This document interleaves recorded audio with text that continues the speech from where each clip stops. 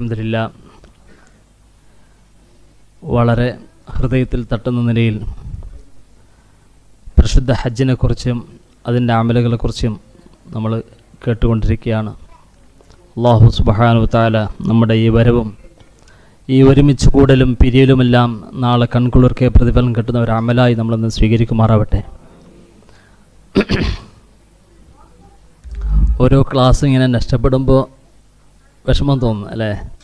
ഞാനല്പം വരാൻ വൈകിപ്പോയി. നമ്മുടെ വീടിൻ്റെ അടുത്തും കൂടാതെ നമ്മുടെ നാട്ടിലെ മഹലിൻ്റെയും മദ്രസയുടെയും എല്ലാം മുമ്പ് ഒന്നിച്ച് ഭാരവാഹി ആയിരുന്ന, അതുപോലെ ഇപ്പോൾ മാലിക് ദിനാർ മഹൽ ജമാഅത്തിൻ്റെ പ്രസിഡൻറ്റും കൂടിയായിരുന്ന റഷീദാജി, ഞങ്ങൾക്കെല്ലാം അറിയാം.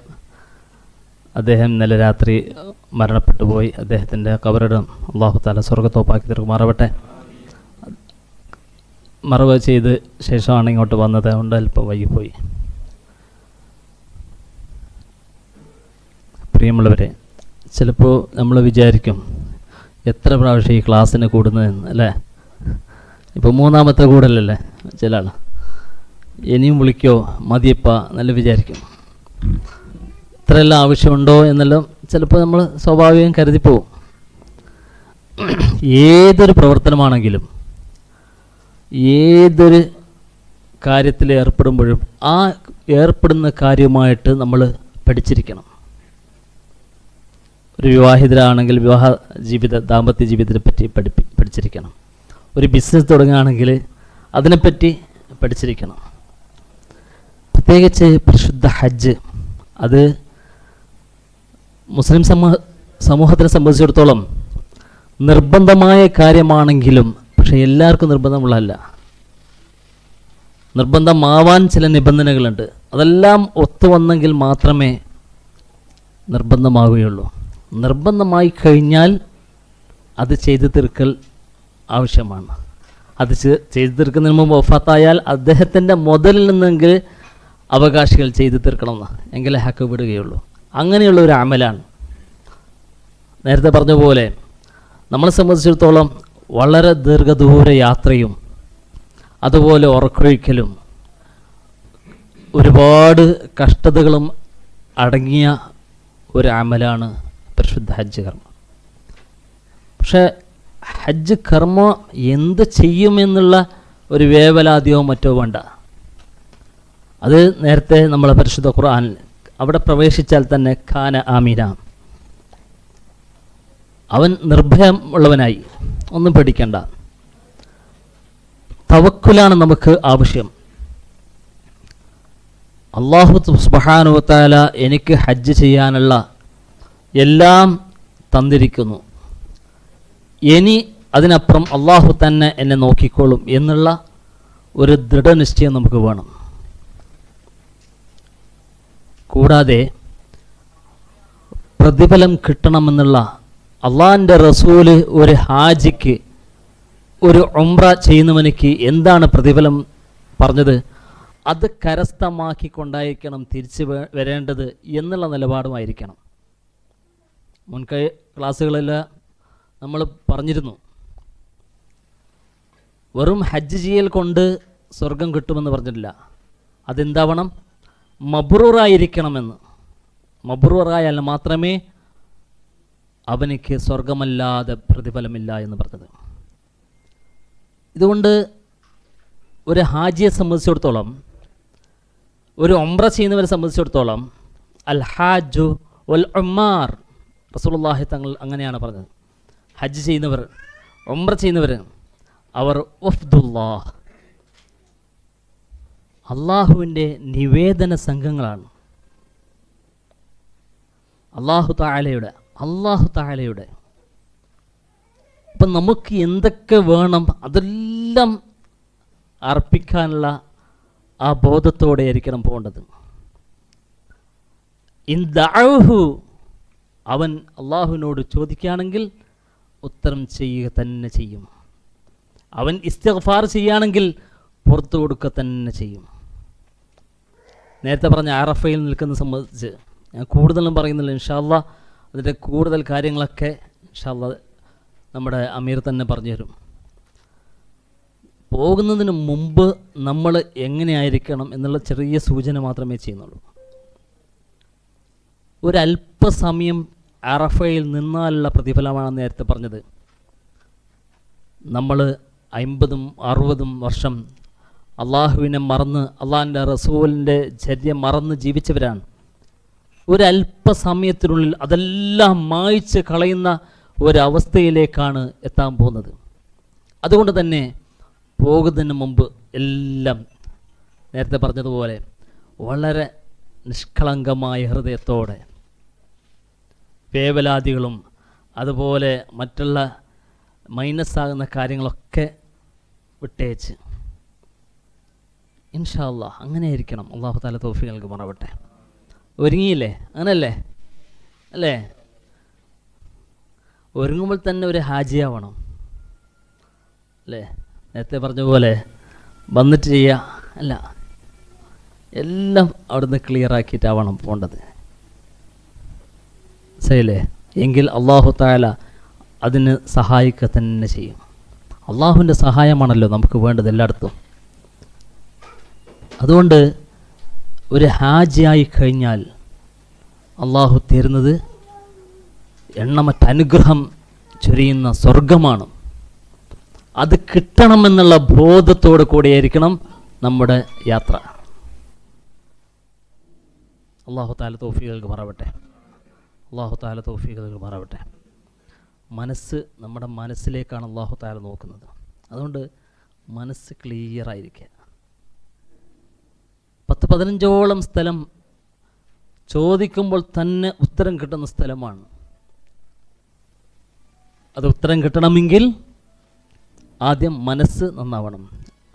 റസൂലുള്ളാഹി സ്വല്ലല്ലാഹു അലൈഹി വസല്ലമ തങ്ങൾ അറഫയിൽ ദുആ ചെയ്യാൻ നേരത്ത് ലക്ഷക്കണക്കിന് സ്വഹാബികളാണുള്ളത്. ലക്ഷക്കണക്കിന് സ്വഹാബികൾ. നിങ്ങൾ കുടുംബപരമായിട്ട് ആരെങ്കിലും തർക്കമുണ്ടെങ്കിൽ പിണക്കമുണ്ടെങ്കിൽ ഈ സദസ്സിൽ നിന്ന് എഴുന്നേറ്റ് പോകണം. റസൂലുള്ളാഹി തങ്ങളുടെ പ്രഖ്യാപനമാണ്. ഒന്ന് ആലോചിച്ച് നോക്ക്. എന്തിനാണ് ഞാൻ അള്ളാഹുവിനോട് ദുആ ചെയ്യാൻ പോകുന്നത്? അങ്ങനെ കുടുംബബന്ധം ചേർക്കാത്തവൻ, കുടുംബബന്ധത്തിൽ പിണക്കമുള്ളവൻ ഈ സദസ്സിലുണ്ടെങ്കിൽ അള്ളാഹു ദുആ സ്വീകരിക്കുകയില്ല. ഈ പ്രഖ്യാപനം വന്ന ഉടനെ ഒരു സ്വഹാബി എണീറ്റ് പോയി. അല്പസമയം കഴിഞ്ഞപ്പോൾ തിരിച്ചു വന്നു. സദസ്സിലിരിക്കുമ്പോൾ റസൂലുള്ളാഹി തങ്ങൾ ചോദിച്ചു, എന്താണ് എഴുന്നേറ്റ് പോയത്? ഇപ്പോൾ തിരിച്ചു വന്നത് എന്തേ? യാ റസൂലല്ലാഹ്, അങ്ങ് പറയുന്ന സമയത്ത് എൻ്റെ ഉപ്പയുടെ പെങ്ങളുമായി ഞാൻ പിണക്കത്തിലായിരുന്നു നബിയെ. ഉപ്പയുടെ പെങ്ങൾ കുഞ്ഞുമ്മ നമ്മുടെ കൂട്ടത്തിൽ ഹജ്ജിന് വന്നിട്ടുണ്ട്. ഞാൻ ഉപ്പയുടെ പെങ്ങളടുത്ത് പോയി എല്ലാം സുൽഹായി വന്നിരിക്കുന്നു നബിയെ. അതിനുശേഷമാണ് ഇരുന്നത്. അതിനുശേഷമാണ് റസൂലുള്ളാഹി തങ്ങൾ ദുആ ചെയ്തത്. അതുകൊണ്ട് നമ്മൾ പോകുന്ന സമയത്ത് എല്ലാം ക്ലിയറായി, നമ്മുടെ ഭാഗത്തു നിന്നെല്ലാം ക്ലിയർ ആയിരിക്കണം. അല്ലാഹു തആല തൗഫീഖ് നൽകുമാറാവട്ടെ. ഒരു അസ്മ ചെയ്താൽ വിചാരിക്കാത്ത ഭാഗത്തിലൂടെ അതെല്ലാം ശരിയാവും അല്ലേ? അല്ലെങ്കിലും ഈ ദുനിയാവിൽ പിണക്കം ഉണ്ടായിട്ട് എന്ത് വേണം അല്ലേ? ഇന്നത്തെ അവസ്ഥ അങ്ങനെയല്ലേ? ഇന്നുള്ളവർ ഇപ്പോൾ അല്ലേ, രാവിലെ ഉള്ളവർ രാത്രിയാകുമ്പോൾ 6 മണി. ഒരു രോഗിയാണെങ്കിൽ ഇങ്ങനെ കാത്തുകൊണ്ടിരിക്കും വിചാരിക്കുക. അല്ലാതെ എത്ര ആരോഗ്യമുള്ളവർ. പ്രത്യേകിച്ച് നമ്മുടെ യാത്ര ഹൈറാവണമെങ്കിൽ, നമ്മുടെ യാത്ര വിചാരിച്ച പോലെ നന്നാവണമെങ്കിൽ എല്ലാവരും നമുക്ക് വേണ്ടി അൽഹംദുലില്ലാ അള്ളാഹു നിൻ്റെ ഹജ്ജ് മബ്റൂറാവട്ടെ എന്നുള്ള പ്രാർത്ഥന എന്നും അവരിൽ നിന്നുണ്ടാവണമെങ്കിൽ ആ നിലയിൽ പോകണം. അല്ലാഹു തആല തൗഫീഖ് നൽകുമാറാവട്ടെ. ഇൻഷാ അല്ലാഹ് നമ്മൾ ഈ പല ക്ലാസ്സുകൾ വിളിക്കുന്നതും അതുപോലെ ഇങ്ങനെ ഒരുമിച്ച് കൂടുന്നതുമെല്ലാം പ്രത്യേകമായി ഇങ്ങനെ നമ്മുടെ ഹജ്ജ് ലക്ഷക്കണക്കിന് രൂപ കൊടുത്ത് ചെയ്യുന്ന ഹജ്ജ്, അത് നിങ്ങളുടെ ഹജ്ജ് നന്നാവണം, ശരിയാവണം, മബ്റൂറാവണം എന്നുള്ള ഉദ്ദേശം കൊണ്ടാണ്. ഇങ്ങനെല്ലാം ഓരോ ക്ലാസ്സിനും ചിലവുകളില്ലേ? എന്തിനാണ് ചിലവാക്കുന്നത്? അതൊന്ന് ശരിയാവട്ടെ, നമ്മുടെ അമല് ശരിയായിക്കോട്ടെ എന്ന് വിചാരിച്ചു. സല്ലേ? ഇനി എല്ലാവരും നേരത്തെ പറഞ്ഞ പോലെ കുറച്ച് നടക്കാൻ പഠിക്കുക, നേരത്തെ പറഞ്ഞ ഒരു നല്ലൊരു പോയിൻ്റാണ് ചെരുപ്പിടുന്നത്. അത് പലർക്കും സംഭവം. ഉംറയ്ക്ക് പോയ പുതിയ ചെരുപ്പിട്ടപ്പോൾ പിന്നെ നടക്കാൻ പറ്റാത്ത ഒരവസ്ഥയാണ്, ചെരുപ്പ് കടിക്കുന്നത്. അതുകൊണ്ട് അത് ഒന്ന് ശരിയാക്കേണ്ടതാണ്. നല്ല പുസ്തകമാണ് നിങ്ങൾക്ക് തരാൻ പോകുന്ന ഹജ്ജ്, ഒന്ന് വായിച്ച് നോക്കണം കേട്ടോ. സമയം കണ്ടെത്തി വായിച്ച് നോക്കണം. ഇപ്പോൾ നമ്മുടെ പിന്നെ യൂട്യൂബിലും മറ്റുമെല്ലാം കിട്ടുന്നുണ്ട്. എന്നാലും അബ്ദുസമദ് പൂക്കോട്ടൂരുടെ കേരളത്തിൽ തന്നെ വളരെ നല്ല നിലയിൽ ക്ലാസ് എടുത്തു കൊടുക്കുന്ന ഒരാളാണ് അബ്ദുസമദ് പൂക്കോട്ടൂർ. അല്ലാഹു തആല അദ്ദേഹത്തിന് ആഫിയത്തും ആരോഗ്യം നൽകുമാറാവട്ടെ. ഇപ്പം മക്കയിലുണ്ട്. ഇൻഷാ അല്ലാഹ് നമുക്കൊരു പ്രാവശ്യം ഉപയോഗപ്പെടുത്താം അവിടുന്ന്. അല്ലാഹു തആല തൗഫീഖ് നൽകുമാറാവട്ടെ. ഇപ്പോൾ മക്കയിൽ എത്തിയിട്ട് അബ്ബാസ് അലി ശിഹാബ് തങ്ങളവരും അപ്പോൾ അവരെഴുതിയ ബുക്കാണ്. എല്ലാ സംശയത്തിനും മറുപടിയുള്ള നിലയിലുള്ള ബുക്കുകളാണ്. നമുക്ക് വേണ്ടപ്പോൾ എന്താക്കുക, മറിച്ച് നോക്കുക, ആ വിഷയം നോക്കിയിട്ട് അതിനുള്ള പ്രതിവിധി അതിലുണ്ടാവും. പിന്നെ സംശയങ്ങൾ വന്നുകൊണ്ടേ ഉണ്ടാവും, ഓരോന്നായിട്ട്. ശരിയല്ലേ? വസ്വാസാവാണ്ടെന്നാൽ മതി. ശരിയല്ലേ? അത് നല്ല ശ്രദ്ധിക്കണം. പിന്നെ അവിടെ എത്തിയാൽ നിങ്ങൾ സാധാരണ ക്ലാസ്സിനും മറ്റും ഒരു സമയം അനാവശ്യം കളയാൻ സമ്മതിക്കില്ല. ആരെയും ദേഷ്യപ്പെടാൻ പാടില്ല. അങ്ങനെ ആവണ്ടേ? കാരണം ഏതൊരു നന്മക്കും ഒന്നിനിക്ക് 1,00,000 പ്രതിഫലമാണ്. നമ്മുടെ കൂടെ 2019 മാലിക് ദിനാറിലെ ഖത്തീബ് അബ്ദുൽ മജീദ് ബാഖവിയും ഫാമിലി ഉണ്ടായിരുന്നു. അദ്ദേഹത്തിൻ്റെ ഭാര്യ, ജ്യേഷ്ഠന്, അനുജന്, അവരുടെ ഭാര്യമാരെല്ലാം ഉണ്ടായിരുന്നു. അദ്ദേഹം വന്നതിന് ശേഷം സാധാരണ പറയും, ഹജ്ജിന് പോകുന്നുണ്ടെങ്കിലും ഉംറയ്ക്ക് പോകുന്നുണ്ടെങ്കിലും മൗലവിൻ്റെ കൂടെ പോകും. എന്നിട്ട് പറയുന്നത് നമ്മുടെ സമയം വേസ്റ്റ് ആവില്ല. ഇൻഷാ അല്ലാഹ് നിങ്ങൾ സഹകരിക്കുകയാണ്. നമ്മൾ പഠിച്ചത് കേൾക്കലും നല്ലതാണ്. ഒന്ന് നേരത്തെ പറഞ്ഞ പോലെ ഒന്നിനിക്ക് 1,00,000 പ്രതിഫലം. ഒരു ഇൽമ് പറയാനുള്ള അവസരം നമുക്ക് കിട്ടുക, അത് കേൾക്കാനുള്ള അവസരം കിട്ടുക, അതും ആ പുണ്യഭൂമിയിൽ വെച്ച്. അതിനു വേണ്ടി നിങ്ങൾ ഒരുങ്ങിയിരിക്കണം ഇൻഷാ അല്ലാഹ്. അപ്പോൾ ഞാൻ ഇന്നലെ ലായിച്ചാണ് പറഞ്ഞ് എല്ലാ ദിവസവും ഒരുമിച്ച് കൂട്ടിയിട്ട് എന്ത് വേണം, ക്ലാസ് കൊടുക്കണം ഇൻഷാ അല്ലാഹ്. അല്ലേ? നമ്മൾക്ക് അറിയുന്നതായിരിക്കാം, എന്നാലും ആ സദസ്സിലൊന്ന് ഇരിക്കുക. അല്ലേ?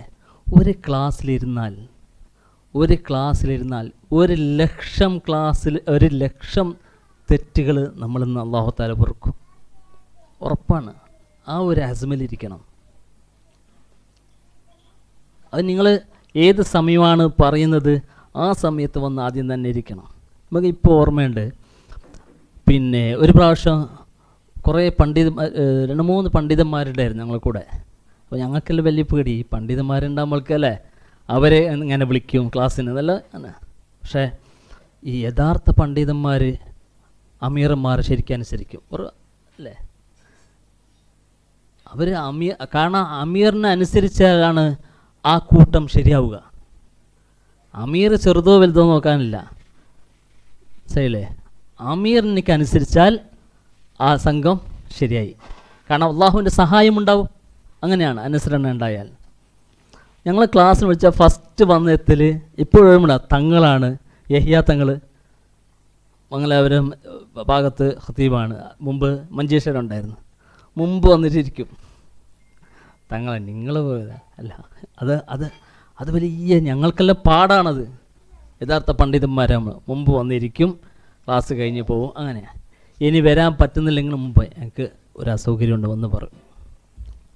അപ്പോൾ ക്ലാസ് ഇൻഷാ അല്ലാഹ് നമ്മൾ ഖിറാഅത്ത് നേരാക്കാനും നിസ്കാരം നേരാക്കാനും നമ്മുടെ നടപടികൾ മുഴുവനും അല്ലേ ഒരു ഹജ്ജ് കൊണ്ട് നമ്മൾ കിട്ടേണ്ടത് അങ്ങനെയാണ്. ഒരു ഹജ്ജ് കൊണ്ട് ഒരു ഹാജി ആയാൽ അല്ലേ നമ്മൾ മാത്രമല്ല, നമ്മൾ ആരാണ്? നിവേദന സംഘങ്ങളെന്നാണ്. എന്തെല്ലാം നിവേദനം നമുക്ക് വേണ്ടി നമ്മളോട് ഒരുപാട് ആൾക്കാർ ഒരുപാട് കാര്യങ്ങൾ പറയും ദുആ ചെയ്യാൻ വേണ്ടി, അവർക്ക് വേണ്ടിയെല്ലാം. അതുകൊണ്ട് ഇൽമിൻ്റെ സദസ്സിലിരുന്നൊന്ന് ദുആ ചെയ്യുക, അതിൽ ആമീൻ പറയുക, പരിശുദ്ധ ഖുർആൻ ഓതിയിട്ട് ദുആ ചെയ്യുക, അതിന് ആമീൻ പറയുക. അതെല്ലാം കിട്ടുന്ന ജീവിതത്തിൽ കിട്ടുന്ന ഒരു അനുഭൂതിയാണ്, ഒരു ഭാഗ്യമാണ്. അത് ഇൻഷാ അല്ലാഹ് മക്കയിലും മദീനയിലും നമ്മൾ നിറവേറ്റണം. റബ്ബ് തആല തൗഫീഖ് നൽകുമാറാവട്ടെ. ഒരു ഹജ്ജ് കൊണ്ട് അല്ലേ എന്താണ് ഇപ്പോൾ ഗവൺമെൻറ്റിൽ കിട്ടും, പക്ഷേ ഈ ഒരു സൗഭാഗ്യം കിട്ടാൻ സാധ്യത കുറവാണ്. അപ്പോൾ നമ്മൾ ചിലവാക്കുന്നതിന് അനുസരിച്ചിട്ട് നമ്മളത് അവിടുന്ന് കൊയ്യാൻ തയ്യാറാവണം, അല്ലേ? ഒരുപാട് പോരായ്മകൾ നമ്മുടെ മുമ്പിൽ കാണാം, ഉണ്ടാവും, സ്വാഭാവികമാണല്ലോ. പോരായ്മകൾ ഉണ്ടാവും. പക്ഷെ അത് മാത്രം എടുത്ത് കുറ്റം പറയാൻ മാത്രം നിന്നാൽ അത് നമുക്ക് കുറ്റം പറയാൻ നമ്മളെ തോന്നിപ്പിക്കും. നേരത്തെ പറഞ്ഞ പോലെ ഷൈത്വാൻ നമ്മളോട് കൂടെ ഉണ്ടാവും. ഷൈത്വാൻ്റെ വരവ് എങ്ങനെയെന്നറിയില്ല. ഹസ്രത്ത് ഇസ്മായിൽ നബി അലൈഹി ഇസ്ലാമിൻ്റെ അരികിൽ ഷൈത്താൻ വന്നത് നല്ല ഉപദേശമായിട്ടല്ലേ? ഒന്നാലോചിച്ച് നോക്കൂ. മോനെ, നിന്നെ എവിടത്തേക്ക് കൊണ്ടുപോകുന്നറിയോ ബാപ്പ? നിന്നെ അറുക്കാൻ വേണ്ടിയിട്ടാണ്, നിന്നെ അറുത്ത് കൊല്ലാൻ വേണ്ടിയിട്ടാണ്. നല്ല ഉപദേശമല്ലേ? നീ ഓടിക്കളയെ. നല്ല ഉപദേശമായിരുന്നു. പക്ഷേ ഇസ്മായിൽ നബി അലൈഹി ഇസ്ലാം എന്ത് ചെയ്തു? ഒരു കല്ലെടുത്ത് എറിഞ്ഞു. പക്ഷേ അത് നമുക്ക് അവിടെ നിന്ന് എറിയണം. അല്ലാഹു തആല തൗഫീഖ് പറയട്ടെ. ആ കരുത്തോടെ എനിക്ക് എൻ്റെ മുമ്പിൽ വരുന്ന ഷൈത്താൻ എപ്പോഴും ഓടിക്കാനുള്ള സന്മനസ് റബ്ബെ നീ തരണം എന്ന നിലയിലായിരിക്കണം അവിടെ നിന്ന് കല്ലെറിയേണ്ടത്. ഇൻഷാ അല്ലാഹ്. പിന്നെയും വന്നു, പിന്നെയും എറിഞ്ഞു. നല്ല ഉപദേശവുമായിട്ടാണ് വന്നത്. അങ്ങനെ നല്ലതായിരിക്കും ചിലപ്പോൾ തോന്നുക, പക്ഷേ ഉള്ളിലൂടെ ആക്ഷേപങ്ങളും മറ്റുമായിരിക്കും. ആക്ഷേപങ്ങളുടെ കൂമ്പാരങ്ങൾ വരും. കാരണം ഇപ്രാവശ്യത്തെ ഹജ്ജ് എന്ന് പറഞ്ഞാൽ ഏറ്റവും കൂടുതൽ ജനങ്ങൾ ഒരുമിച്ച് കൂടുന്ന ഹജ്ജാണ്. ഇന്നേ വരെ അത്രയും കൂടിയിട്ടില്ല. അത് അത്രക്കും ഹജ്ജിന് ജനങ്ങൾ കൂടുന്നത്. അവരെ കണക്കനുസരിച്ച് 25 ലക്ഷമാണ്. സൗദി ഗവൺമെൻറ്റിൻ്റെ കണക്ക് തന്നെ എപ്പോഴും കണക്കനുസരിച്ചല്ല, അതിനേക്കാൾ 5-8 ലക്ഷം കൂടുതലാണ് ഉണ്ടാവാറ്. അപ്പോൾ ഒന്ന് ആലോചിച്ച് നോക്ക്. അതുകൊണ്ട് ഒരുപാട് പോരായ്മകളും മറ്റും നമ്മുടെ ഭാഗത്തു നിന്ന്, കൂട്ടത്തിലുള്ള ഭാഗത്തു നിന്ന്, അല്ലെങ്കിൽ മറ്റേതും ഭാഗത്തു നിന്ന് നമുക്കുണ്ടാവും. സംസാരം ചുരുക്കിയാൽ തന്നെ നേരായി, അല്ലേ? കസറത്തുൽ കലാം ഖസ്വത്തുൽ ഖുലൂബ്. അങ്ങനെയാണ്. സംസാരം കൂടിയാൽ നമ്മുടെ ഖൽബ് കടുപ്പമാവും. പിന്നെ ഒന്നും നല്ലത് കടക്കൂല. കടുപ്പ ഹൃദയമുള്ളവൻ നരകത്തിലാണെന്ന് റസൂലുള്ളാഹി സ്വല്ലല്ലാഹു അലൈഹി വസല്ലം തങ്ങൾ സൂചന നൽകിയിട്ടുണ്ട്. അതുകൊണ്ട് ഹജ്ജ് എന്ന് പറഞ്ഞാൽ സാധാരണ നേരത്തെ പറഞ്ഞ പോലെ ഒന്ന് പോയി വരലല്ല. അള്ളാഹുവിലേക്ക് അടുക്കാൻ വേണ്ടിയിട്ടുള്ള ഒരുപാട് ത്യാഗങ്ങളാണ്. എന്തിനൊക്കെയുള്ള ത്യാഗം? അള്ളാഹുവിൻ്റെ സ്വർഗം കരസ്ഥമാക്കാനുള്ള. അള്ളാഹുവിൻ്റെ സ്വർഗം, അള്ളാഹു നമുക്ക് ഒരുക്കി വെച്ചിരിക്കുന്നതായ സ്വർഗം കരസ്ഥമാക്കാനുള്ള, അല്ലേ? ഒന്ന് ആലോചിച്ച് നോക്ക്. ആയിഷ റളിയല്ലാഹു അൻഹ വന്ന് ചോദിച്ചില്ലേ, യുദ്ധത്തിന് ഒരുപാട് പ്രതിഫലമുണ്ടല്ലോ, ഞങ്ങൾ യുദ്ധത്തിന് വരട്ടെയോ? അല്ല, നിങ്ങൾക്ക് ഏറ്റവും ഉത്തമം ഹജ്ജാണ്. യുദ്ധത്തിന് വരുന്നതിനേക്കാളും നിനക്ക് ഉത്തമം ഹജ്ജ് ചെയ്യലാണെന്ന് റസൂലുള്ളാഹി സ്വല്ലല്ലാഹു അലൈഹി വസല്ലം തങ്ങൾ മഹദിയായ ആയിഷ ബീബി റളിയല്ലാഹു അൻഹയോട് പറഞ്ഞ മറുപടി. അപ്പോൾ അതുപോലെ ത്യാഗങ്ങൾ ചിലപ്പോൾ സഹിക്കേണ്ടി വരും. നിങ്ങൾ ബസ് ബുക്ക് ചെയ്തിട്ടുണ്ട്, എവിടെ ബസ്? ഞങ്ങൾ നടത്തിക്കുന്നയാ? ചിലപ്പോൾ നടത്തിക്കേണ്ടി വരും. മുമ്പ് ഞാൻ പറഞ്ഞില്ലേ, നമുക്കെല്ലാം അനുഭവമുണ്ട്. ചിലപ്പോൾ ഇപ്പം നമ്മളെല്ലാം ഒരു ബസ്സിലായിരിക്കും. ചിലപ്പോൾ 2 ബസ് നമ്മൾക്ക് ഓളൊന്നിൽ ഒന്നിൽ ഒരു ബസ്സിൽ പ്രശ്നങ്ങളുണ്ടാകും. പക്ഷെ നല്ലോണം വേവലാതിപ്പെടുന്നതനുസരിച്ച് എന്തുണ്ടാവും? പരീക്ഷണങ്ങളുണ്ടാവും. ശരിയല്ലേ? എപ്പോഴും നമ്മൾ നമ്മളെ കൂട്ടുകാരോടും പറഞ്ഞു കൊടുക്കണമെങ്കിൽ എപ്പോഴും ഏത് കാര്യം കൂടുതൽ വേവലാതിപ്പെട്ടാൽ കൂടുതൽ പരീക്ഷിക്കപ്പെടും. അതുകൊണ്ട് നമ്മൾ ഒരു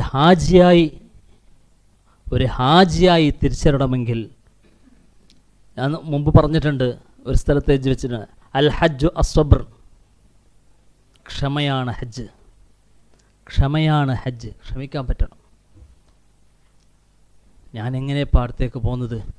അടാട കയറാണ്ട്, ഇടക്കിയാനുണ്ട്. ചിലപ്പോൾ ആവശ്യം വന്നേക്കും.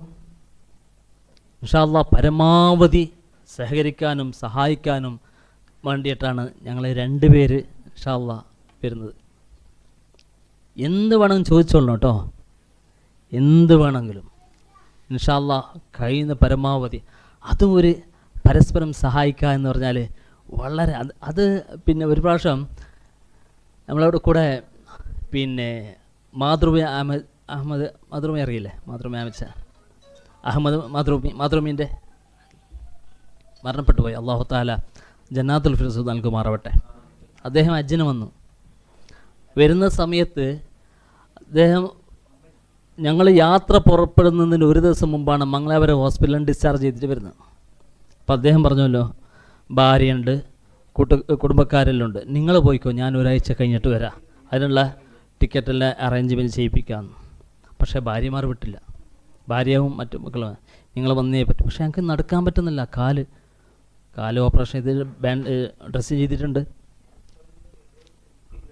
ഇവരെ നിർബന്ധപ്രകാരം വന്നു, ഡ്രസ്സ് ചെയ്തുകൊണ്ട് വന്ന് അപ്പോൾ ആ നിലക്കാകുമ്പോൾ അവിടുന്ന് ഡോക്ടർ സത്താറെല്ലാം അവിടെ ഉണ്ടായിരുന്നു, മദീനത്ത് ഉണ്ടായിരുന്നു.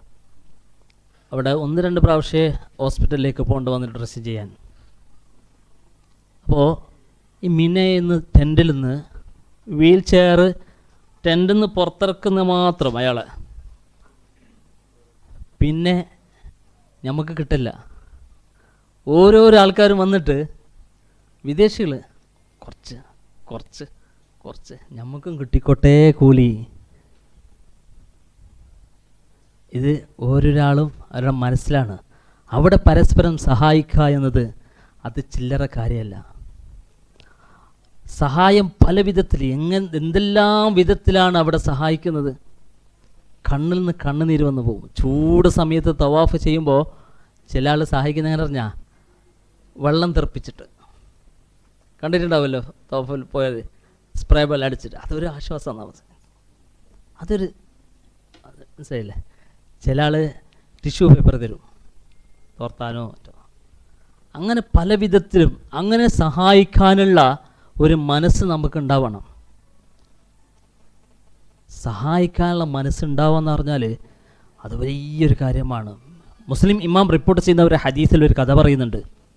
ഒരു മനുഷ്യൻ, ഒരു ചെറുപ്പക്കാരനെ നരകത്തിലേക്ക് കൊണ്ടുപോകുന്നത് കൂട്ടുകാരൻ കാണുകയാണ്. കൂട്ടുകാരാണെങ്കിൽ നരവകാശി തന്നെ.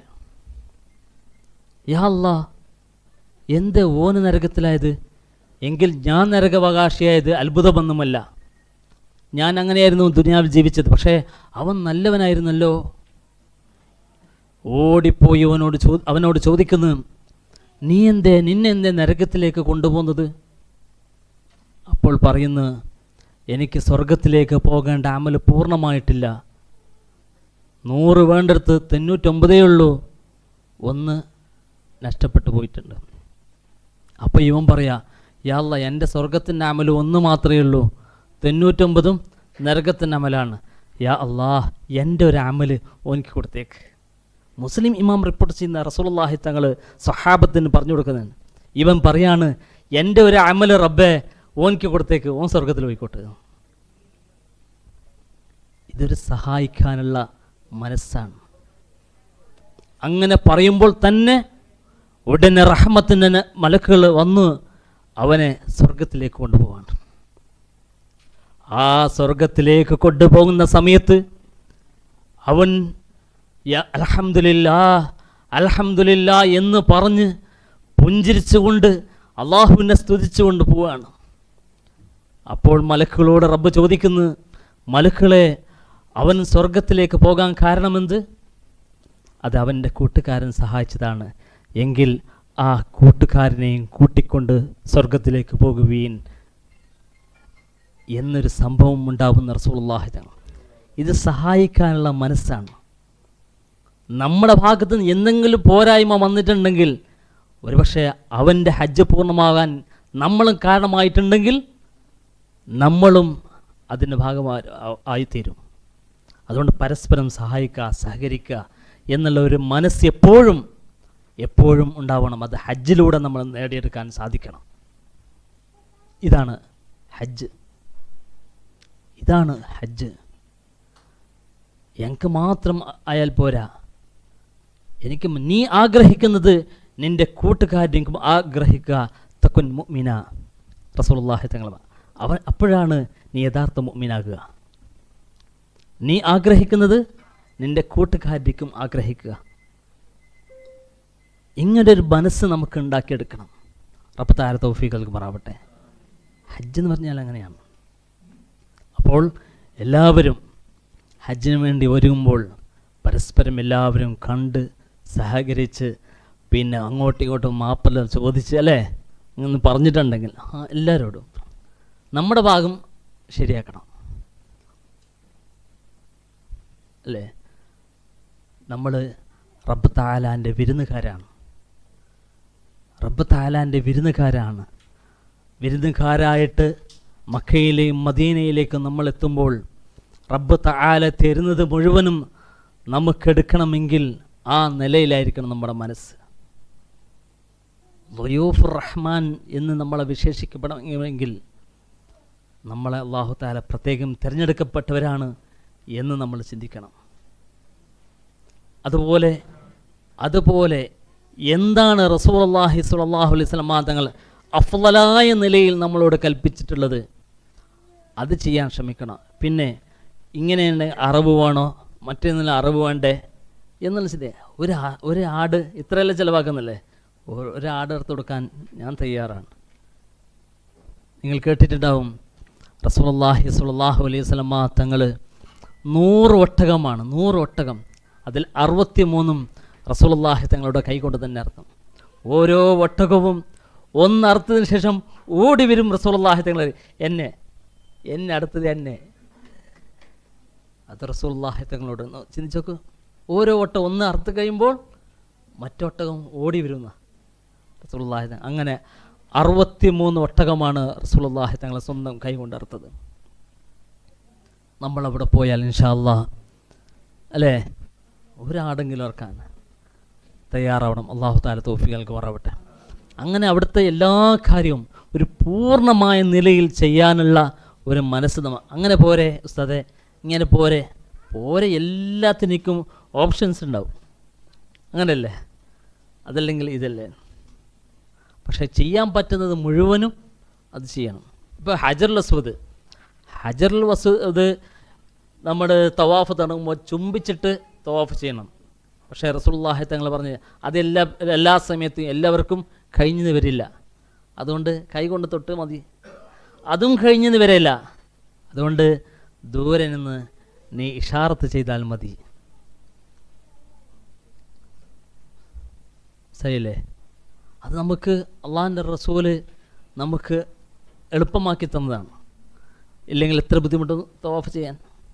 അപ്പം നമുക്ക് കിട്ടുന്ന പ്രതിഫലങ്ങൾ അത് പൂർണ്ണമായി ചെയ്യാനുള്ള ഒരവസരം നമ്മൾ ഉണ്ടാക്കിയെടുക്കണം. ഇൻഷാ അല്ലാഹ്. അല്ലാഹു തആല തൗഫീഖ് പറയട്ടെ. ഇനി ളുഹർ ബാങ്ക് കൊടുത്താൽ ഇൻഷാ അല്ലാഹ് പള്ളിക്ക് പോകാൻ നമുക്ക് പ്രത്യേകിച്ച് എഗ്രിമെൻറ്റിൽ ഒപ്പിടാനുണ്ട്. ഇതെല്ലാം അവിടുത്തെ ഗവൺമെൻറ്റിന് ഹാജരാക്കേണ്ട കാര്യങ്ങളാണ്. അതുപോലെ ഭക്ഷണം കഴിക്കാനുള്ള നിസ്കാരമുണ്ട്. പിന്നെ എന്തും അല്ലേ, ഒരു ചെറിയ ന്യൂനത പറയും കേട്ടോ. പ്രത്യേകിച്ച് നമ്മളിന്ന് അധികം കാണുന്നത് ഇടത് കൈ കൊണ്ട് തിന്നുക, കുടിക്കുക, ഇങ്ങനൊരു പ്രവണത കണ്ടുകൊണ്ടിരിക്കുക. അള്ളാഹിൻ്റെ റസൂലിൻ്റെ സുന്നത്ത് അനുസരിച്ച് പോകുമ്പോൾ എല്ലാത്തിനും ഒരു പ്രതിവിധി ഉണ്ടാവും. അത് പറഞ്ഞുകൊണ്ടിരിക്കും. ഈ പറഞ്ഞുകൊണ്ടിരിക്കുന്നതിന് അങ്ങനെയൊന്നും വിചാരിക്കണ്ട, എങ്കിലല്ലേ നമ്മൾ ശരിയാവും അല്ലേ? കാരണം ഒരുപാട് വർഷം എടുത്ത് കൈ കൊണ്ട് കുടിച്ചതുണ്ട്. ഇന്ന് മാറ്റാൻ കുറേ പണിയുണ്ടാവും അല്ലേ? മാറ്റാൻ കുറേ പണിയുണ്ടാവും. അങ്ങനെ പതിവായി പോയിട്ടുണ്ടാവും. അപ്പം അത് പറഞ്ഞുകൊണ്ടിരിക്കും. ഇൻഷാ അല്ലാഹ് സുന്നത്ത് നമ്മുടെ ജീവിതത്തിൽ ഓട്ടോമാറ്റിക്കായിട്ട് വരണം. പക്ഷെ നമ്മൾ ഒരു ഹാജിയായി വീട്ടിൽ വന്നാൽ വീട് മുഴുവൻ ഒരു ദീനിൻ്റെ അന്തരീക്ഷം ഉണ്ടാക്കിയെടുക്കണം. 10-40 ദിവസത്തോളം നമ്മൾ ഒരുമിച്ച് കൂടുമ്പോൾ ഇൻഷാ അല്ലാഹ് ഉണ്ടാവും അല്ലേ? അല്ലാഹു തആല തൗഫീഖ് നൽകുമാറാവട്ടെ. ആ ഒരു അസ്മിലായിരിക്കണം നമ്മൾ പോകേണ്ടത്. നമ്മൾ ശരിയായ നിലയിൽ റസൂലുള്ളാഹി തങ്ങളുടെ സുന്നത്ത് എൻ്റെ ജീവിതത്തിലും അതുപോലെ എൻ്റെ വീട്ടുകാരിലും, അതല്ലേ നമ്മൾ വേണ്ടത്. എങ്കിൽ നമ്മൾ പറയുമ്പോൾ തന്നെ അവരനുസരിക്കും. ഇങ്ങോട്ട് പറയാൻ നിൽക്കൂല. ഇപ്പെല്ലാം നീ ചെയ്യിപ്പാൻ പറയുന്ന കാലല്ലേ? ഇല്ല, ഇത് ഞാൻ പറയുമ്പോൾ വരും. ആ വിധത്തിലാവട്ടെ. മനസ്സിലായില്ലേ? ആയിരിക്കും അത് വിരോധം ഉണ്ടാവില്ലല്ലേ? എല്ലാ കാര്യം ഒരു ചെരുപ്പിടുന്നത്, സോക്സ് ഇടുന്നത് അല്ലേ, എന്താണ് സുന്നത്ത് എന്ന് പഠിക്കണം. അതിൽ എൻ്റെ അടുക്ക് മൊബൈലൊരു കാര്യം പറഞ്ഞു. ചിലപ്പോൾ ഇത് തണുത്ത വെള്ളത്തിൽ കുളിക്കുമ്പോൾ, ഷവറിൽ കുളിക്കുമ്പോഴേ പെട്ടെന്ന് ഈ തണുപ്പ് കൊള്ളുന്നത് കൊണ്ട് ചിലപ്പോൾ സ്ട്രോക്ക് വരുന്നുണ്ട്, അങ്ങനെയുണ്ട്. അപ്പം ഞാൻ വിചാരിക്കുന്നത്, ഇപ്പോൾ ശാസ്ത്രം ഇങ്ങനെ പറയാണ്, അള്ളാഹിൻ്റെ റസൂല് പെട്ടെന്ന് അങ്ങനെ വെള്ളം ഒഴിക്കാൻ പറഞ്ഞിട്ടില്ല. ആ കുളിക്കുന്നതിന് മുമ്പ് ഒരു ഒളോടുക്കൽ സുന്നത്ത് എന്ന് പറഞ്ഞിട്ടുണ്ട്. ഓ സ്വല്ലല്ലാഹു അലാ മുഹമ്മദ് സ്വല്ലല്ലാഹു അലൈഹി വസല്ലം. ആ ഒളെടുക്കുമ്പോൾ കുറച്ചെന്തായി, കൈ ആദ്യം ചെണ്ടേ, മുഖം ചെണ്ടേ അല്ലേ, കയ്യിൽ പിന്നെ അത്ര വരില്ല. ഇങ്ങനെ ഓരോ കാര്യം സാന്ദർഭികമായൊന്നും പറയട്ടെ. ഞാൻ ദാറുസ്സലാമിൽ പഠിക്കുന്ന സമയത്ത് എൻ്റെ ഉസ്താദ് ബുഖാരി എടുക്കുന്ന സമയത്ത് ഒരു കഥ പറഞ്ഞു. അദ്ദേഹത്തിൻ്റെ സ്വന്തം മകനിക്ക് ഒരു മാനസികമായ അസ്വസ്ഥതയുണ്ടായി. വീട്ടിൽ നിന്ന് ഫോൺ വന്നപ്പോൾ വീട്ടിലേക്ക് പോയപ്പോൾ പിന്നെ ഭാര്യ പറഞ്ഞു, ഇന്നടുത്ത് കൊണ്ടുപോവാ, തങ്ങളടുത്ത് കൊണ്ടുപോകാൻ പറ്റും. ഞാൻ എന്ത് ചെയ്തു, നേരെ മെഡിക്കൽ കോളേജിലെ ഒരു പ്രൊഫസർ അടുത്ത് കൊണ്ടുപോയി, സൈക്കോളജിസ്റ്റ് ഡോക്ടർ അടുത്ത് കൊണ്ടുപോയി, വീട്ടിലാണ് കൊണ്ടുപോയത്. അദ്ദേഹത്തിൻ്റെ അടുത്ത് കൊണ്ടുപോയപ്പോൾ എന്നോട് കുറേ സംസാരിച്ചു, അവനോട് സംസാരിച്ചു, ഭാര്യയോട് സംസാരിച്ചു, കുറേ അങ്ങനെയല്ലേ അവർ മാനസിക രോഗികൾ കൊണ്ടുപോയപ്പോൾ. അവസാനം ഡോക്ടർ ഒരു ട്രീറ്റ്മെൻറ്റ് പറഞ്ഞെന്ന് പറഞ്ഞാൽ, കുറച്ച് സമയം ഉണ്ടാലും നിന്നിട്ട് കൈ ഇങ്ങനെ ആയിക്കൊണ്ടിരിക്കാന്ന്. ഇത് ഡോക്ടർ പറഞ്ഞ സമയത്ത് ഉസ്താ പറയാണ്, എൻ്റെ രണ്ട് കണ്ണിൽ നിന്നും കണ്ണുനീര് വന്നുപോയി. എന്നിട്ട് ഞാൻ പറഞ്ഞു, സ്വല്ലല്ലാഹു അലാ മുഹമ്മദ് സ്വല്ലല്ലാഹു അലൈഹി വസല്ലം, എൻ്റെ ഹബീബായ മുത്തുനബി 5 നേരത്തിലും സുബ്ഹാനല്ലാഹ് സുബ്ഹാനല്ലാഹ് സുബ്ഹാനല്ലാഹ്, കെടുക്കാൻ നേരത്തും നീ സുബ്ഹാനല്ലാഹ് 33, അൽഹംദുലില്ലാഹ് 33, അല്ലാഹു അക്ബർ 33 ചൊല്ലാൻ പറഞ്ഞിട്ടുണ്ട്. കിടക്കാൻ നേരത്താണെങ്കിൽ അല്ലാഹു അക്ബർ 34 പറഞ്ഞിട്ടുണ്ട്. എൻ്റെ ഹബീബായ മുത്തുനബി 1400 വർഷം മുമ്പ് തന്നെ, മോനെ നീ 5 വക്തിലും ശരിക്കും ഒന്ന് എന്താക്കിയാൽ മതി, നീ സുബ്ഹാനല്ലാഹ് അൽഹംദുലില്ലാഹ് അല്ലാഹു അക്ബർ ചൊല്ലിയാൽ മതി എന്ന് ഞാൻ പറഞ്ഞു കൊടുത്തു. ഇങ്ങനെ റസൂലുള്ളാഹി തങ്ങളുടെ ചര്യയിലേക്ക്, റസൂലുള്ളാഹി സ്വല്ലല്ലാഹു അലൈഹി വസല്ലം തങ്ങളുടെ ആ സുന്നത്തിലേക്ക് നോക്കുകയാണെങ്കിൽ എല്ലാത്തിനും, പക്ഷേ അത് ആ മനസ്സിൻ്റെ അകത്തുനിന്ന് കൊണ്ടുവരണം. മനസ്സിലായില്ലേ? ഉദാഹരണത്തിന് അള്ളാഹിൻ്റെ റസൂൽ സ്വല്ലല്ലാഹു അലൈഹി വസല്ലം തങ്ങൾ സംസം വെള്ളത്തിൽ ശിഫയുണ്ടെന്ന് പറഞ്ഞു. എന്തിനു വേണ്ടി കുടിക്കുന്നുവോ അതിനേക്കാണ് സംസം. മനസ്സിലായില്ലേ? വെറും രോഗം ശിഫ എന്നാൽ മാത്രമല്ല പറഞ്ഞത്, നീ എന്തിനു വേണ്ടി കുടിക്കുന്നോ അത്, പക്ഷേ കുടിക്കേണ്ട രൂപത്തിൽ കുടിക്കണം. എങ്ങനെയാണ് അള്ളാഹിൻ്റെ റസൂൽ ഒരു സംസം കുടിക്കാൻ പറഞ്ഞിട്ടുള്ളത്? ഖിബിലക്ക് മുന്നിടുക. നമ്മൾ ശ്രദ്ധിക്കാറുണ്ടാ? 2 ആഴ്ച മുമ്പ് നമ്മൾ ഒരു സമസ്ത മുഷാവറ യോഗം ഉണ്ടായിരുന്നു. അതിൽ ഞാൻ സംസം വെള്ളം കൊണ്ടുപോയിട്ടാണ്, ഉംറയ്ക്ക് പോയിട്ട് വന്നതാണ്. ഓരോരു കുപ്പി എല്ലാവർക്കും കൊടുത്തു. എല്ലാവരും ആ സംസം അല്ലേ, ആ സമയത്ത് തന്നെ ഒരു ഉസ്താദ് അതിനെന്ത് ചെയ്തു, തുറന്ന് കസാല ഖിബിലക്ക് മുന്നിട്ട്, എല്ലാവർക്കും ഒരു പാടായത്, ഖിബിലക്ക് മുന്നിട്ട് കുടിച്ചു. 3 പ്രാവശ്യം, കുറച്ചാണ് കുടിച്ചത്. ആ കുറച്ച് കുടിക്കുന്നത് എത്ര പ്രാവശ്യം കുടിച്ചു? 3 പ്രാവശ്യം. 3ലും ബിസ്മി ചൊല്ലി, 3 മുറുക്കിലും ബിസ്മി ചൊല്ലിയിട്ടാണ് കുടിച്ചത്. എന്നിട്ട് ദുആ ചെയ്തു. ഇത് സംസം കുടിക്കണം. ആ സമയത്ത് നീ എന്ത് കരുതുന്നു അത് തരിക തന്നെ ചെയ്യും. അതിൻ്റെ മര്യാദ പോലെ ആവണമെന്ന് മാത്രം. ഇങ്ങനെ എല്ലാ കാര്യവും അള്ളാഹിൻ്റെ റസൂലിൻ്റെ സുന്നത്ത് പ്രകാരം നമ്മൾ നിർവഹിക്കുകയാണെങ്കിൽ അതിന് എന്തിട്ട് വേണ്ടിയിട്ടാണോ പറഞ്ഞത് അത് കിട്ടുക തന്നെ ചെയ്യും. അള്ളാഹു തആല തൗഫീഖ് നൽകുമാറാവട്ടെ. ഹജ്ജിന് സീറ്റ് ഉണ്ടോ എന്ന് ചോദിക്കുന്നത്, ഒരുപാട് റേറ്റ് പ്രശ്നമേ അല്ല. ഇന്നലെ 5 സീറ്റ് ആണോ, ഇപ്പോൾ ഗൾഫിൽ നിന്നാണ് വിളിക്കുന്നത്, 3 സീറ്റ് ഉണ്ടാവുമോ? പ്രശ്നമില്ല അല്ലേ? നമ്മൾ 7.25 എന്ന് പറഞ്ഞല്ലേ, ദുബൈയിൽ നിന്ന് എത്ര റിയാൽ? 30,000 റിയാൽ. അതെത്ര ദിവസം? 15 35,000 റിയാൽ, 8 ലക്ഷം റുപ്യൻ്റെ അടുക്കായി. 40 ദിവസവും ഇല്ല. ശരിയല്ലേ? സൗദിയിൽ നിന്ന് 15,000 റിയാൽ, 4 ലക്ഷം റുപ്യൻ്റെ അടുക്കായി സൗദിയിൽ നിന്ന്. അപ്പം നമ്മൾ അതിലിതാക്കണ്ട, ഇനി അതിൽ ചിന്തിച്ചിട്ട് അങ്ങനെ ഇങ്ങനെ ആടെ കുറവ് ഇവിടെ കുറവ് എന്നൊന്നുമില്ല. കൊടുക്കാൻ വിജയ അള്ളാഹ് റബ്ബ് തആല എനിക്ക് തന്നു, അത് റബ്ബിനിക്ക് ഹജ്ജ് ചെയ്യാൻ വേണ്ടി ആവട്ടെ എന്ന് കരുതുക. അള്ളാഹു താല അങ്ങനെ ആക്കി തീർക്കുമാറാവട്ടെ. അല്ലേ, റബ്ബ് താല തന്നതുകൊണ്ടല്ലേ, റബ്ബ് താല തന്നതുകൊണ്ടാണ്. ഞാൻ തന്നിട്ടുണ്ട്, നോക്കുക, വാത്തിമുൽ ഹജ്ജ ലില്ലാ, അല്ലേ, അള്ളാഹുവിനിക്ക് വേണ്ടി ഹജ്ജ് പൂർത്തിയാക്കുക. അപ്പം അതിൽ എന്താ കണ്ട, അടക്കുറവ് ഇടക്കുറവ് അത് അന്വേഷിക്കണ്ടേ വേണ്ട. മനസ്സിലായില്ലേ? ഇൻഷാ അല്ലാഹ്. അങ്ങനെ കുറേ വേവലാതിപ്പെട്ടവർക്ക് കൂടുതൽ ആടെ വേറെ എന്തെല്ലാം ചിലവാണ്. ഇപ്പം കാര്യം പറഞ്ഞു, ഇപ്പോൾ ഒരുപാട് ആൾക്കാർക്ക് ഹജ്ജിന് പോകണം. അറിഞ്ഞു നോക്കുമ്പോൾ ഇതൊന്നും വലിയ പ്രശ്നമില്ല. ഇപ്പോൾ ഇതിന് 100 ചില്ലറ പാസ്പോർട്ട് നമുക്ക് വന്നിരുന്നു. 7.25 ലക്ഷമാണ്. ഇങ്ങനെയാണ് പോകുന്നത്. വരുന്നോ? 7.25 ലക്ഷം വേണ്ട, ക്യാൻസലാക്കിയർ. പിറ്റേ ദിവസം ഈ രാത്രി കിടക്കുമ്പോഴേക്കല്ലേ ചിന്തിക്കുന്നേ മറ്റോ. പിറ്റേ ദിവസം വരുമ്പോൾ ഉണ്ടോ? അങ്ങനെ വന്നവരുണ്ട് നമ്മളിവിടെ. പിറ്റേ ദിവസം അത് ഇപ്പോൾ പറഞ്ഞു പോയത് നിങ്ങൾ 6-6.5 എന്നല്ല പറഞ്ഞ് 7.25 പറയുമ്പോഴേക്ക് പറഞ്ഞു പോയത് എന്ത് ചെയ്യുന്നു? 50 ആളായി.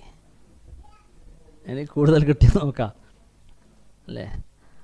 ഞാൻ സാന്ദർഭികം പറഞ്ഞത് ഇൻഷാ അല്ലാഹ് അല്ലാഹു തആല നമ്മുടെ യാത്ര ഖൈറിലും റാഹത്തിലും ആക്കി തീർക്കുമാറാവട്ടെ. ദുആയാണ് വേണ്ടത്. ഇൻഷാ അല്ലാഹ് യാത്രയുടെ കാര്യം പറഞ്ഞില്ലേ, സംശയങ്ങളുണ്ടെല്ലാം പിന്നീട് ചോദിച്ച് ഉറക്കെ ചോദിക്കുക. അപ്പോൾ എല്ലാം എഴുതി തരാം. ഒന്നിച്ച് പറഞ്ഞാൽ നമ്മൾക്കും മറ്റുള്ളവർക്കും സംശയങ്ങൾ തീരാനുള്ള വഴിയുണ്ടാവും. മനസ്സിലായില്ലേ?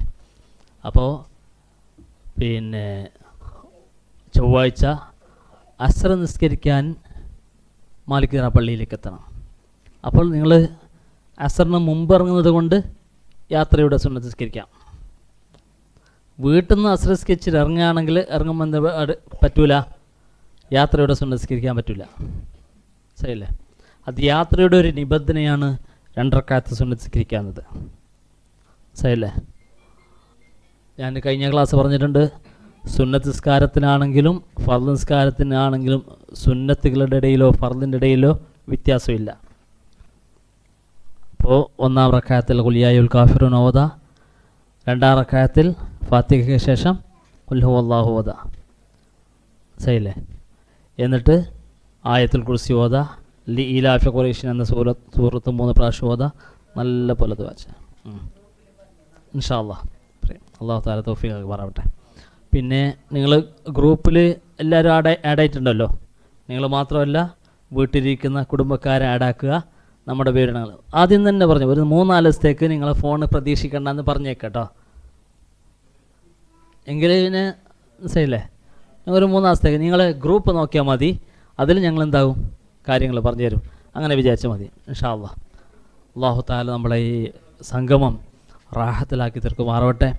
ഇൻഷാ അല്ലാഹ് പഠിച്ചത് അത് ഹൃദയത്തിൽ കൊണ്ടുവന്ന് ഇൻഷാ അല്ലാഹ് നമ്മുടെ ജീവിതത്തിലുടനീളം ശരിയല്ലേ, ഇത് നമ്മുടെ മരണം വരെ ഉള്ളതല്ല, മരണത്തിന് ശേഷമുള്ള ഒരു വിജയത്തിന് വേണ്ടിയിട്ടുള്ള യാത്രയാണ്. അല്ലാഹു തആല അങ്ങനെ ആക്കി തീർക്കുമാറാവട്ടെ. വാഖിർ ദഅവാന അൽഹംദുലില്ലാഹി റബ്ബിൽ ആലമീൻ. അസ്സലാമു അലൈക്കും വറഹ്മത്തുള്ളാഹി വബറകാതുഹു.